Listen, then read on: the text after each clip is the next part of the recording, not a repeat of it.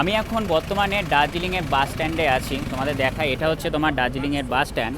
আর আজকে আমরা যাচ্ছি ভারতের ভূতরো জায়গাগুলোর মধ্যে একটা খুব ভয়ানক জায়গায়, সেটা হচ্ছে ডাউহিল ঘুরতে, যেটা তোমার কার্শিয়াংয়ে আছে। তো প্রথমে আমরা ভেবেছিলাম যে কার্শিয়াংয়ে আমরা বাসে করে যাব। তো ওপরে গিয়েছিলাম টিকিট কাউন্টারে, ওই যে ওদিকে তোমার এনবিএসটিসির যে বাস টিকিট কাউন্টার আছে সেখানে গিয়েছিলাম। তো সেখানে আমাকে টিকিট দেয়নি, বললো এখন কার্শিয়াং যাওয়ার কোনো বাস নেই, সে বাস আসবে 10:30 11টার সময়, তারপরে টিকিট বুক হবে, তারপরে বাস কখন ছাড়বে ওরা সেটাও জানে না। তো আমরা তারপরে এখানে বলতে পারো অনেক ট্যাক্সি জিজ্ঞাসা করছিলাম, এক একজন বলছিল রিজার্ভে যেতে, নিয়ে আসবে আবার এখানে ছেড়েও দেবে। তো 2000 টাকা করে বলছিল, তো আমরা যাইনি। তো আমরা ঠিক করলাম যে এরকম বলতে পারো শেয়ার যে ট্যাক্সিগুলো আছে, এই ট্যাক্সি করে আজকে আমরা কার্শিয়াং যাব। তো এক একজন এক এক রেট বলছিল, কেউ 300 টাকা, কেউ 400 টাকাও বলছিল। তো ফাইনালি অনেক বার্গেনিং করার পর বলতে পারো 150 টাকা করে পেয়েছি। আর এই হচ্ছে আমাদের কার্শিয়াং যাওয়ার বলতে পারো ট্যাক্সি, তোমাদের দেখাই।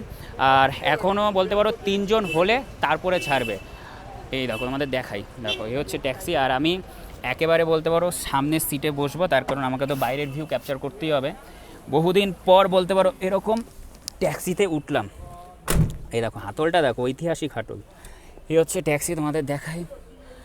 Share taxi.